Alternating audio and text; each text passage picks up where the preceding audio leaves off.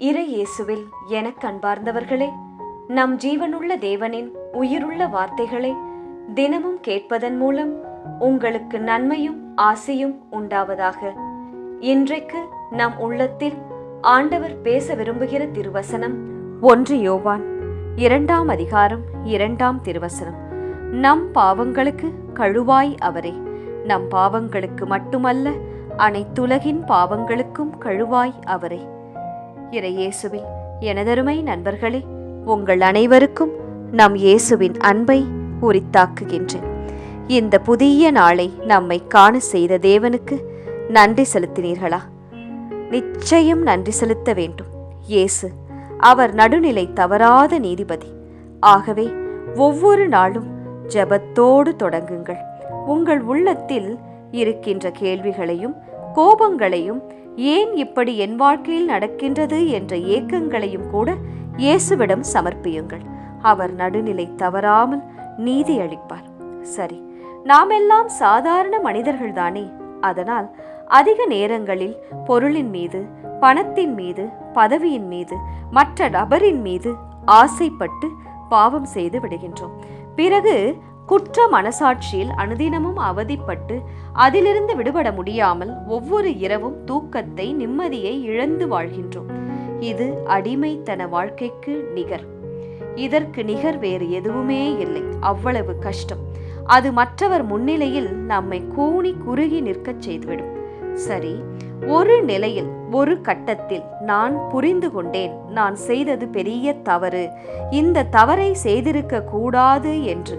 ஆனாலும் என்னால் அதிலிருந்து வெளியே வர முடியவில்லையே, எனக்கு உதவுவார் யாரும் உண்டோ என்று கேட்கிறீர்களா?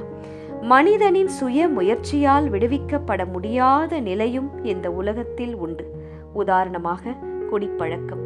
அதிலிருந்து வெளிவர வேண்டும் என்றுதான் அந்த குடிப்பழக்கத்தில் இருக்கிற குடிகாரன் நினைக்கின்றான். ஆனால் அவனால் முடிவதில்லை. என்ன செய்ய வேண்டும்? இயேசு கிறிஸ்து. இயேசு கிறிஸ்து ஒருவரால் மட்டுமே நம்மை விடுவிக்க முடியும்.